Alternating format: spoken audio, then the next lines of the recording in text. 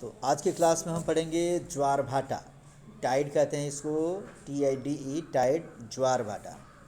इसके बारे में जानेंगे कि सूर्य और चंद्रमा के आकर्षण शक्ति के कारण जब पृथ्वी के संपर्क के सागरीय जल का पानी ऊपर की ओर उठता है तो उसे ज्वार कहते हैं, और जब वह नीचे की ओर गिरता है तब उसे भाटा कहते हैं। दोनों को मिलाकर ज्वार भाटा कहा जाता है।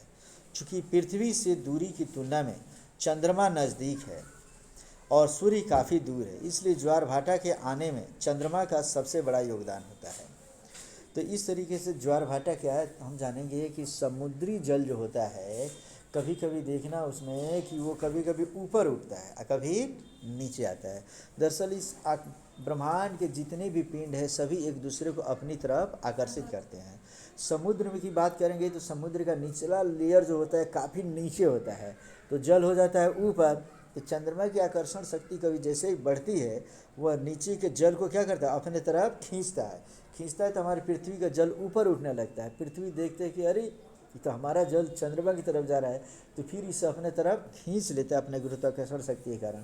तो जल का ऊपर उठना ज्वार कहलाता है, और उसी ऊपर उठे हुए जल का नीचे गिरना भाटा कहलाता है।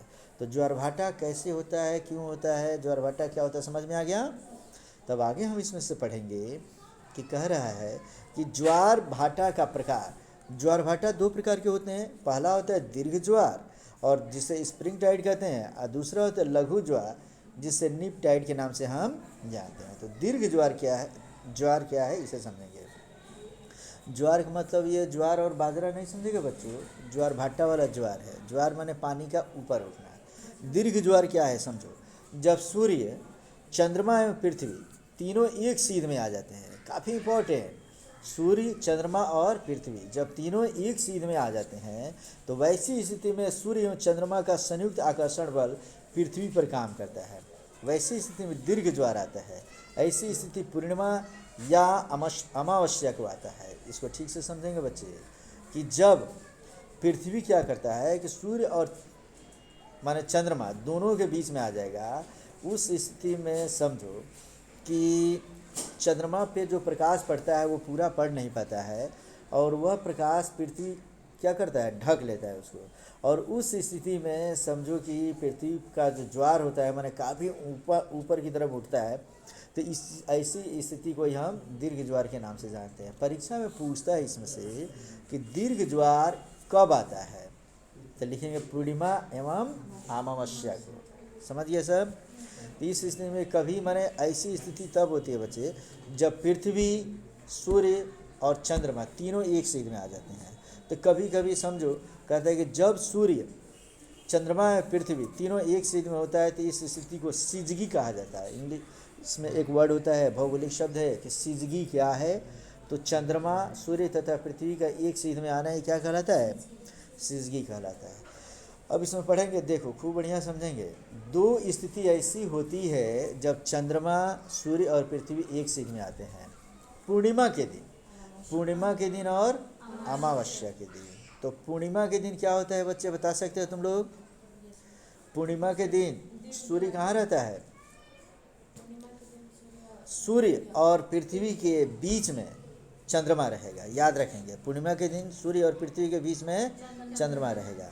और वही अगर बात अगर हम कहेंगे समझो कि अमावस्या की, तो सूर्य और पृथ्वी और सूर्य और चंद्रमा के बीच में पृथ्वी आ जाएगा। पृथ्वी आएगा तो माने समझो कि तुम्हें मैं बताता हूँ, ये सूर्य होगा और ये पृथ्वी और ये चंद्रमा।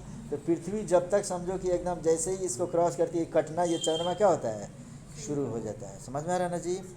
तो इस तरीके से ये बिल्कुल ये आके क्या करता है, ढक लेता है। समझ में आ गया? पृथ्वी जब ढक लेगा तो पूरा का पूरा चंद्रमा क्या होता है, खत्म हो जाए, दिखाई नहीं देता है। तो जब दिखाई नहीं देगा तो उसे हम क्या बोलेंगे, अमावस्या बोलते हैं। समझ में आ गया? आगे पढ़ते हैं लघु ज्वार। कहते हैं जब सूर्य, चंद्रमा एवं पृथ्वी तीनों संपूर्ण अवस्था में आ जाते हैं तब सूर्य एवं चंद्रमा का आकर्षण बल विपरीत दिशा में काम करता है, जिसके कारण सागरीय विपरीत दिशा में सागरीय जल में न्यूनतम उछाल आता है। इसे ही लघु ज्वार कहते हैं। यह लघु ज्वार कृष्ण पक्ष और शुक्ल पक्ष में सप्तमी एवं अष्टमी को आता है।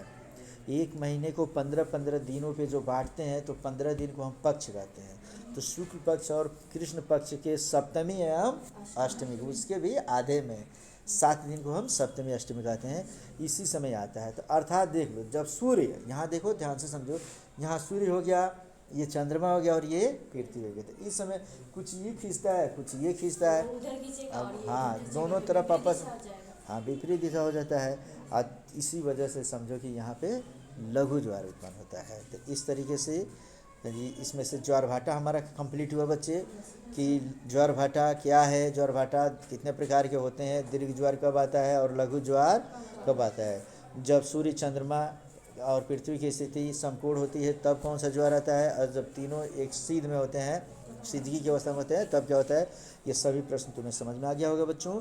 अब अगले टॉपिक में आएंगे हम लोग।